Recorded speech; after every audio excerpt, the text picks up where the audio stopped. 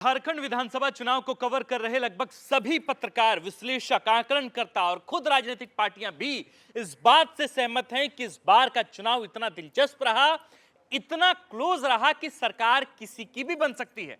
तमाम तरह के एग्जिट पोल को जब हम एक टेबल पर रखकर देखते हैं, तब भी यही बात निकलकर सामने आती है कि दोनों में से कोई भी खेमा सरकार बना सकता है।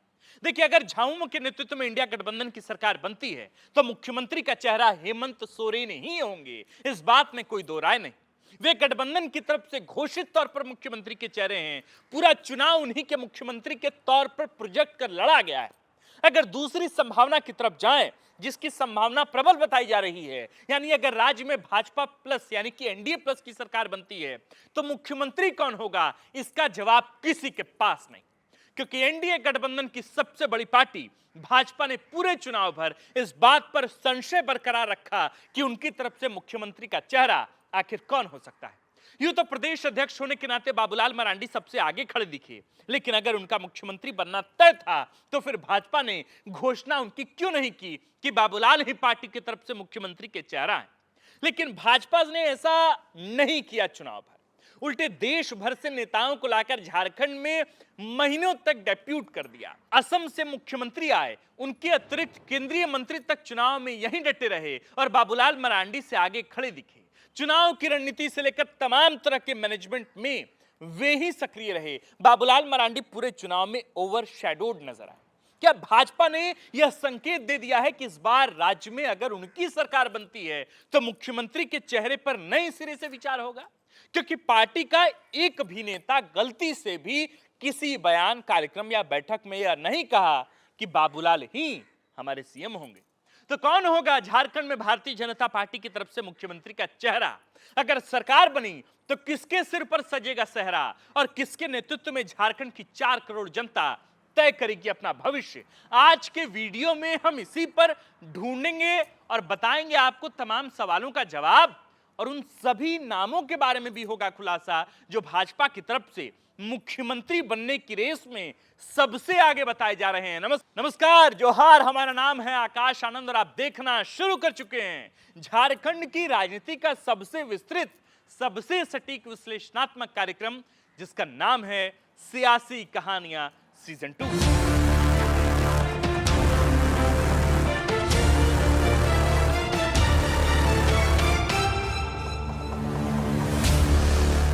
देखिए, भाजपा पूर्व मुख्यमंत्रियों की पार्टी है। बाबूलाल मरांडी, अर्जुन मुंडा, मधु कोड़ा, रघुवर दास और अब तो चंपई सोरेन भी, सब धाकड़ नेता भाजपा में ही मुख्यमंत्री वाले पैदा हुए। यानी मुख्यमंत्री रह चुके कुल 5 चेहरे इस समय भाजपा में ही हैं।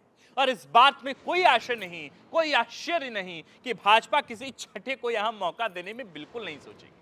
सबसे पहले यह समझते हैं कि बाबूलाल को मुख्यमंत्री के तौर पर भाजपा ने क्यों नहीं प्रोजेक्ट किया। देखिए, बाबूलाल मरांडी भाजपा की तरफ से राज्य के पहले मुख्यमंत्री थे, लेकिन उसके बाद वे भाजपा से अलग हो गए। 14 साल बाद 2019 में वे भाजपा में शामिल हुए, लेकिन भाजपा ने जिन उद्देश्यों की पूर्ति के लिए उन्हें पार्टी में शामिल किया था, उनमें से कोई भी उद्देश्य पूरा नहीं हो सका। कारण कई रहे, परिस्थितियां भी कई रही। 2019 के बाद भाजपा हर उपचुनाव हारी। लोकसभा के चुनाव में 5 आदिवासी, 5 रिजर्व सीटें हार गई। हेमंत के जेल जाने से उल्टा झामुमो को फायदा हुआ और कल्पना सोरेन के तौर पर भाजपा के सामने एक नई चुनौती पेश आई। इसके लिए बाबूलाल कितने जिम्मेदार हैं यह तो नहीं पता, लेकिन यह सब कुछ बाबूलाल के नेतृत्व में हुआ। दूसरी बात, बाबूलाल के भाजपा में रहते हुए हेमंत सोरेन राज्य में सबसे बड़े नेता के तौर पर उभरे और आदिवासियों का भरोसा जीतने में कामयाब हुए। इस तरह आदिवासियों को अपने पाले में करने की जिस उद्देश्य के साथ भाजपा लगातार आगे बढ़ रही थी, उसे पूरा करने में कुछ हद तक बाबूलाल असफल साबित हुए। यानी कि इन 5 सालों में भाजपा के लिए बाबूलाल मरांडी की उपलब्धियों के तौर पर कुछ भी नहीं है। इसलिए इस बार के चुनाव का पूरा ताना बाना असम के मुख्यमंत्री हेमंता बिस्वा शर्मा, शिवराज सिंह चौहान और लक्ष्मीकांत वाजपेयी जैसे बड़े धाकड़ नेताओं के हाथ में था, और बाबूलाल मरांडी सिर्फ प्रदेश अध्यक्ष के तौर पर प्रोजेक्ट हुए, मुख्यमंत्री के तौर पर उनका नाम नहीं लिया गया। और इस बात को कहने में किसी को कोई गुरेज नहीं होना चाहिए कि इस चुनाव में भाजपा की जो भी स्थितियां रहती हैं, उसके लिए हेमंता बिस्वा शर्मा ही जिम्मेदार। भाजपा की जीत या हार दोनों का श्रेय मुख्य रूप से हेमंता को ही जाता है। प्लस 2004 से लेकर अब तक बाबूलाल की छवि, उनकी पकड़, उनकी स्वीकार्यता में भी कमी आई है, ये बात कही जाती है। इसलिए भी इस तरह की चर्चा हो रही है कि भाजपा किसी और को भी मुख्यमंत्री के तौर पर बिठा सकती है। इस फहरिस्त में सबसे पहला नाम तो रघुवर दास का ही चल रहा है। हालांकि कयास ही है, धुआं ही है, लेकिन है जरूर कि भाजपा रघुवर दास को फिर से झारखंड के मुख्यमंत्री के तौर पर वापस बुला सकती है। रघुवर दास तो उतावले बैठे हैं, लगातार दिल्ली आते जाते रहते हैं। उनकी जिद पर इस बार उनकी बहू को टिकट भी दिया गया, हालांकि जिद तो खुद के चुनाव लड़ने की थी। अब देखिए दूसरे मुख्यमंत्री के चेहरे पर भी आते हैं। दूसरे नंबर पर आते हैं अर्जुन मुंडा।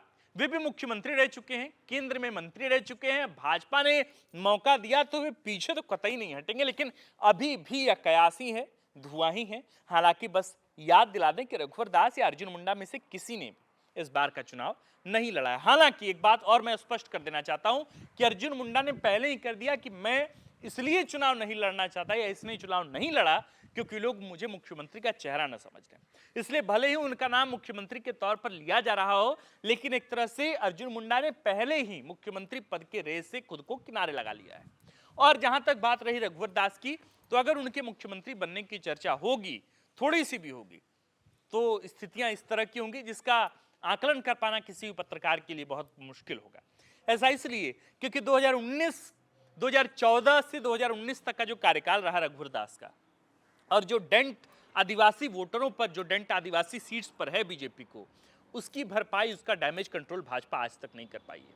इसलिए निजी तौर पर मुझे नहीं लगता कि बीजेपी रघुवर दास को फिर से मुख्यमंत्री के चेहरे पर प्रोजेक्ट करके अपना सबसे बड़ा काम जो बीते इस चुनाव में बीजेपी ने किया है उसको ही नुकसान करेगी। आदिवासियों को जो टटोलने की, आदिवासियों को एकजुट करने की जो कोशिश बीजेपी की इस बार की रही, उसको फिर से डैमेज करने की कोशिश करेगी। मुझे ऐसा नहीं लगता कि रघुवर दास को दोबारा लाया जाएगा। तो रघुवर दास और अर्जुन मुंडा दो लोगों की नाम चली। अब आते हैं तीसरे और चौथे नंबर पर। देखिए तीसरे नंबर पर चंपाई सोरेन और चौथे नंबर पर मधु कोड़ा के विकल्प भाजपा के पास है, लेकिन पार्टी इनकी तरफ नहीं जाएगी, यह बात भी तय है। हालांकि मधु कोड़ा की पत्नी गीता कोड़ा और चंपाई सोरेन को अच्छा पद दिया जाएगा, इसमें भी कोई दो राय नहीं। यह भी हो सकता है कि भाजपा किसी अन्य को यह मौका दे सकती है।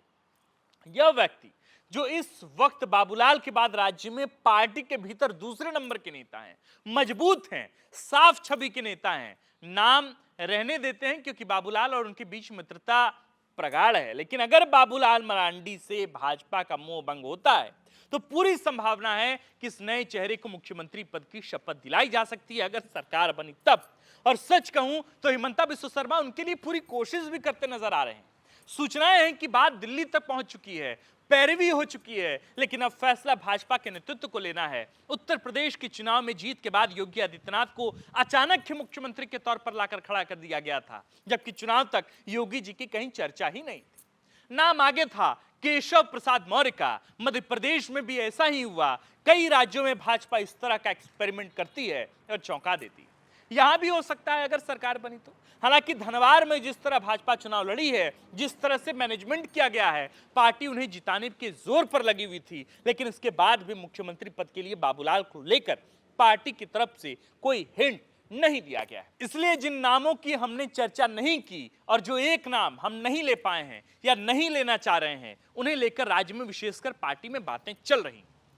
भाजपा के प्रीवियस रिकॉर्ड के हिसाब से ऐसा किया जा सकता है कि जिस नाम को हम लेने जा रहे हैं उस नाम को मुख्यमंत्री बना दिया जाए। दोस्तों, हम यह कतई नहीं कह रहे कि भाजपा की तरफ से मुख्यमंत्री कौन बनने जा रहा है, यह निर्णय तो पार्टी आलाकमान करेगी। हम सिर्फ आपको उन चर्चाओं के बारे में बता रहे हैं जो सियासी गलियारों में हो रही है।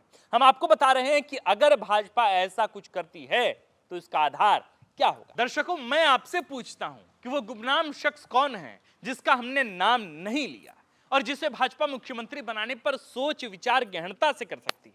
आप वो नाम कमेंट करके हमें बताएं।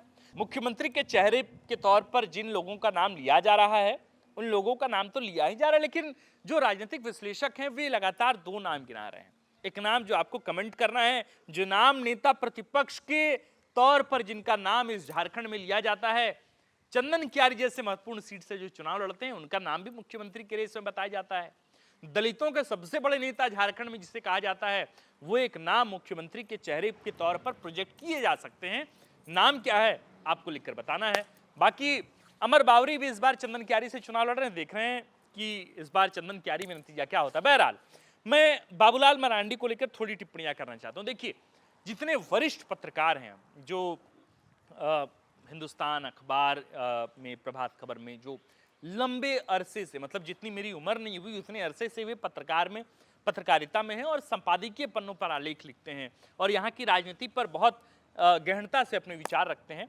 वैसे लोगों से जब मैं बातचीत करता हूँ तब उन तमाम राजनीतिक विश्लेषकों का, तब उन तमाम पत्रकारों का ये कहना है कि भाई बाबूलाल मरांडी ठीक है कि उनके रहते उपचुनाव जीत नहीं पाई बीजेपी, ये भी ठीक है कि 5 आदिवासी सीटें, रिजर्व सीटें हार गई, पर इस बात से इनकार नहीं किया जा सकता कि प्रधानमंत्री उनको कितना लाइक करते हैं। अगर वाकई एनडीए की सरकार इस राज्य में बन रही है तो बाबूलाल मरांडी को इग्नोर तो कतई नहीं किया जा सकता, इस बात में कोई दो राय नहीं। बाबूलाल मरांडी एक लवेबल पर्सन है खुद प्रधानमंत्री के लिए, और उनकी जो पहुंच है और उनका जो एक्सेस है खुद प्रधानमंत्री पीएमओ तक और खुद नरेंद्र मोदी तक उनका जो पर्सनल रिलेशन है, इस बात से इनकार नहीं किया जा सकता कि बीजेपी तुरंत उनके नाम को डंप करेगी। ऐसा बिल्कुल नहीं होगा। अगर आज भी झारखंड में जो 4-5 नाम हैं, उन 4-5 नामों में जो सबसे प्रबल नाम दिखता है अगर सरकार बीजेपी की बनती है तो मुख्यमंत्री के तौर पर सबसे पहला नाम बाबूलाल मरांडी का ही होगा। ठीक है कि जीवन के राजनीतिक यात्रा में आप कितने भी चुनाव हारते हैं, कितने चुनाव जीतते हैं, पर इस बात से इत्तेफाक नहीं रखा जाता कि आप कितने चुनाव हार गए। इस बात से इत्तेफाक रखा जाता है कि जनता आपको कैसे परसीव कर रही है। ठीक है, मतलब मेरी जानकारी में ये है कि भाई इस राज्य में नहीं बल्कि इस राज्य को देने वाले और इस देश के कभी प्रधानमंत्री रहे अटल बिहारी वाजपेयी, अपने जीवन के शुरुआती चुनाव उन्होंने हार गए, पर उनका जनता में उनकी स्वीकार्यता किस तरह की थी और कितने बड़े चेहरे थे, कितना बड़ा नाम था, इस बात से इनकार नहीं किया जा सकता। तो बाबूलाल मरांडी चूंकि पहले मुख्यमंत्री इस राज्य के रहे हैं, और दूसरी बात यह है कि खुद उनको ही दायित्व दिया गया हिमंता बिस्वा शर्मा के साथ, शिवराज सिंह चौहान के साथ, कि वो सामंजस्य स्थापित करके तालमेल बिठाकर चुनाव लड़े। और तीसरी बात, अगर वाकई मुख्यमंत्री के तौर पर बाबूलाल मरांडी को नहीं देखा जाता तो एकदम बिल्कुल आखिरी तक आते हुए निरंजन राय को भाजपा में शामिल कराने की जद्दोजहद बीजेपी नहीं करती। अगर हराना ही होता कि भाई मुख्यमंत्री पद के लिए हम रेस में बाबूलाल को रखेंगे ही नहीं, तो इतनी पैरवी, इतना पैगाम जो है वो और इतनी चर्चा जो है वो निरंजन राय को लेकर नहीं होती। निशिकांत दुबे नहीं जाते, बीजेपी के तमाम बड़े नेता निरंजन राय को मनाने नहीं जाते, अमित शाह उनको बीजेपी का पट्टा नहीं पहनाते। इसलिए लगातार उनको जिताने की तैयारियां बीजेपी भी अपने स्तर पर करती रही और अंत में निरंजन राय को बैठा ही दिया गया। राजधनवार से चुनाव जिताने की तैयारी बाबूलाल मरांडी की। तो मुझे लगता है प्रथम दृष्टया में कि बाबूलाल मरांडी को इग्नोर मुख्यमंत्री के चेहरे के तौर पर नहीं किया जा सकता है अगर सरकार बनती है तो। दूसरा नाम जो मैं नहीं ले रहा था वो नाम मुझे लगता है कि चंदन क्यारी से अगर चुनाव जीत कर आते हैं तो मुझे लगता है कि अमर बावरी को मौका दिया जा सकता है। ये दो नाम है। बाकी इसके अतिरिक्त जो तीसरे नाम हो सकते हैं, वे नाम हो सकता है कि बहुत चकित कर देने वाला होगा। हो सकता है कि वे संथाल आदिवासी से आने वाला कोई नेता होगा, जो हो सकता है कोल्हान से हो या हो सकता है कि वो संथाल से हो, यानी कि संथाल परगना प्रमंडल से हो।